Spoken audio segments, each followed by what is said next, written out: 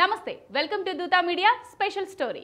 ఖగోళ శాస్త్రవేత్తలు తాజాగా ఆస్ట్రేలియాలోని 3 వేర్వేరు ప్రాంతాల గుండా ఒకే కక్షలో తిరుగుతూ ప్రతి గంటకు పునరావృతం అవుతున్న రేడియో సిగ్నల్ను గుర్తించారు. వీటి గురించి శాస్త్రవేత్తలు ఏమంటున్నారంటే, రేడియో సిగ్నల్స్ గురించి ఇప్పటికే కొన్ని సిద్ధాంతాలు ఉన్నప్పటికీ తాజాగా కనిపించిన వింత సిగ్నల్స్ శాస్త్రవేత్తల ముందు మరిన్ని సవాళ్లను ఉంచాయి.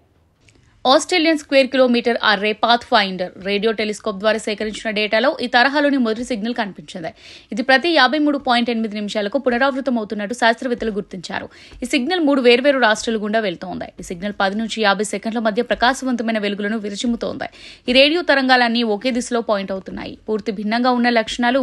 ఈ రేడియో సిగ్నల్ 3 విభిన్న ఉద్గార స్థితులను ప్రదర్శిస్తుండడం విచిత్రంగా ఉందని, దీని లక్షణాలు పూర్తి భిన్నంగా ఉన్నాయని దీనిపై అధ్యయనం సాగిస్తున్న డాక్టర్ మనీషా కాలేబ్ అన్నారు.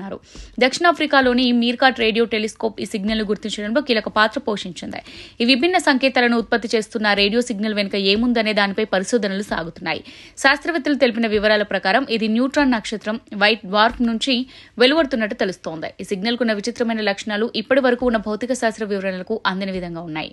న్యూట్రాన్ నక్షత్రాలు వైట్ డ్వార్ఫ్స్ మధ్య కొన్ని తేడాలున్నాయి. అవి 2 భారీ నక్షత్రాల నుంచి ఉత్పన్నమవుతున్నాయి. న్యూట్రాన్ నక్షత్రాలు క్రమం తప్పకుండా రేడియో తరంగాలను విడుదల చేస్తాయి. వైట్ డ్వార్ఫ్ ఎలక్ట్రాన్ క్షీణించిన మూలకం. న్యూట్రాన్ నక్షత్రం అనేది న్యూట్రాన్ క్షీణించిన మూలకం. వైట్ డ్వార్ఫ్ అనేది భారీ వ్యాసార్థాన్ని కలిగి ఉంటుంది. ఇది న్యూట్రాన్ నక్షత్రం కంటే తక్కువ సాంద్రత కలిగి ఉంటుంది. కాగా అంతరిక్షం నుంచి పునరావృతమయ్యే ఇటువంటి రేడియో సిగ్నల్ శాస్త్రవేత్తలను ఆశ్చర్యపరచడం ఇదేం మొదటిసారి కాదు. కొన్ని సంవత్సరాల క్రితం కూడా ఇటువంటి సిగ్నల్స్ ను గుర్తించారు. అయితే ఇది న్యూట్రాన్ నక్షత్రం నుంచి వచ్చిందా లేదా అంతుచిక్కని వైట్ డ్వార్ఫ్ పల్సర్ నుంచి వచ్చిందా అనేది మరిన్ని పరిశోధనల్లో వెల్లడి కానుంది. దానిపై శాస్త్రవేత్తలు మరింత లోతుగా అధ్యయనం సాగిస్తున్నారని మనీషా తెలిపారు.